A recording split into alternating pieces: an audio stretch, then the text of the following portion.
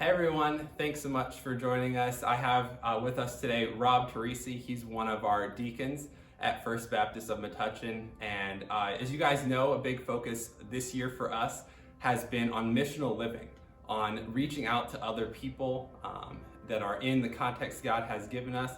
And I think a lot of times we can think it needs to be a big production or it needs to be this big thing, this event that we go and do. But sometimes it can come down to it's just simple things like listening to the Holy Spirit when He convicts you and following that conviction. And Rob, you had a recent example of this conviction of the Holy Spirit in your life and following that. So could you share with us just some details of how that happened? So Pastor Alphonse is talking about forgiveness, and he's preaching about it. And he's saying, Jesus asks us to forgive those that have wronged us.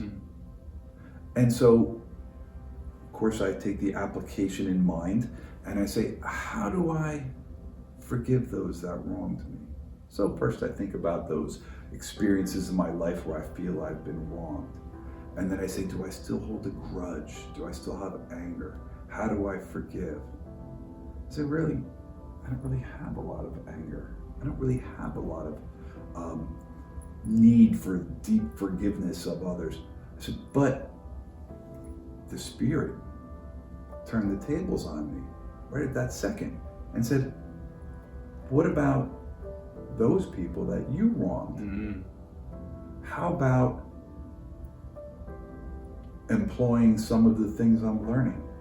Meekness, humbleness, reducing my pride to understand that, hey, I'm not perfect. I wronged people.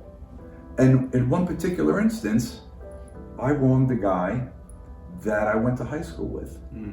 And we happened to have a 40th high school reunion approaching. And I thought about the last conversation I had with this guy and how it got heated and how I said things that were inappropriate and over the top. And I know it hurt him. And during the conversation, I saw in his eyes when I said the things that I said that I hurt him. I took it to the next step. Sometimes in an argument, that's winning. But is that what it's about? Yeah. And so I said, oh, I'll see him at the 40th reunion and I'll be able to apologize to him and let the Spirit convict him. Let's see what happens, but I can do my part. Yeah. And so as the reunion approached, I got a list of those that are going to be attending, and he wasn't on the list. And I still had his cell number. Wasn't really sure how to reach out to him, but something in me said, hey, text communication is the way people communicate today. Yeah. And just because you're putting it in writing and solidifying it, there should be nothing to be afraid of, because I'm going to express myself from my heart. And so I sent out this text. It's a little bit long, but it was an apology text. Yeah. It was saying that I know what I said hurt you, and that was wrong of me. And it was wrong of me to actually feel like I one-upped you. That's not the right approach. I said, and what it's done is it's caused a rift between us, high school friends, for 45 years. And here, the past 3 years, we've had this rift between us. And I've always felt uncomfortable seeing him on social media. How do I address this? And I felt bad about it, but not until I had the Spirit convict me to realize that this was me. I was causing this problem. So I sent him the text. And that night, which was a few days before the reunion, a band I was playing in was playing at a club. And he came in, and I was playing drums on the stage. And he walked up and he threw a t-shirt up to me with a big smile. And it was a t-shirt from his band. And so I said, oh boy, I think he really feels good about this apology. And so when we had a break, I went and I talked to him. And it was a real genuine reunion of the barriers were removed. The friendship is back. The understanding and the appreciation that we each have for each other was restored. And I said to myself, wow, the power of forgiveness. Not just me forgiving, but me asking for forgiveness.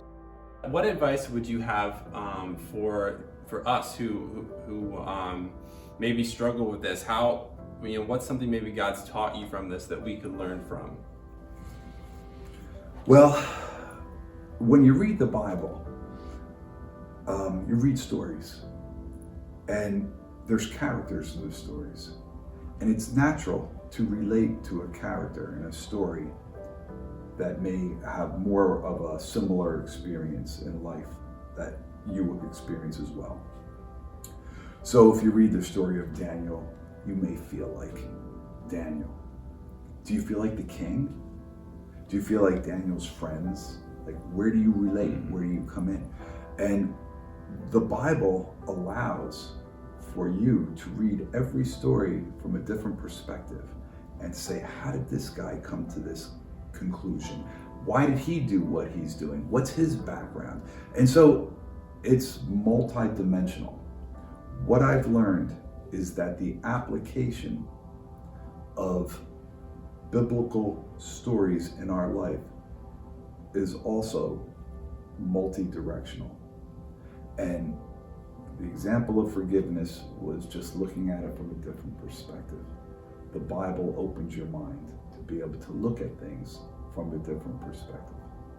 So I guess that's the lesson. Yeah, that's great, and I think it's a great takeaway for all of us to, as we're hearing these. Sometimes it's easy to think of the Bible as it's familiar stories. For those of us who have grown up in church, who have been around a lot, can hear these things, and even like you talked about forgiveness, and thinking that, well, okay, I need to make sure I've forgiven other people, not have I been forgiven.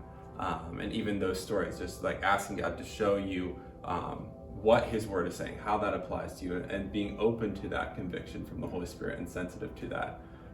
And so as we talk about missional living this year, as we think about that, something that has encouraged me in our time together, I want to encourage us all is to stay sensitive to the Holy Spirit's leading. Don't tune it out just because you think you've heard it all. Be looking for those different angles, like Rob mentioned, those different ways, and then follow what God is leading you to do, and watch Him work as He is in this story of forgiveness.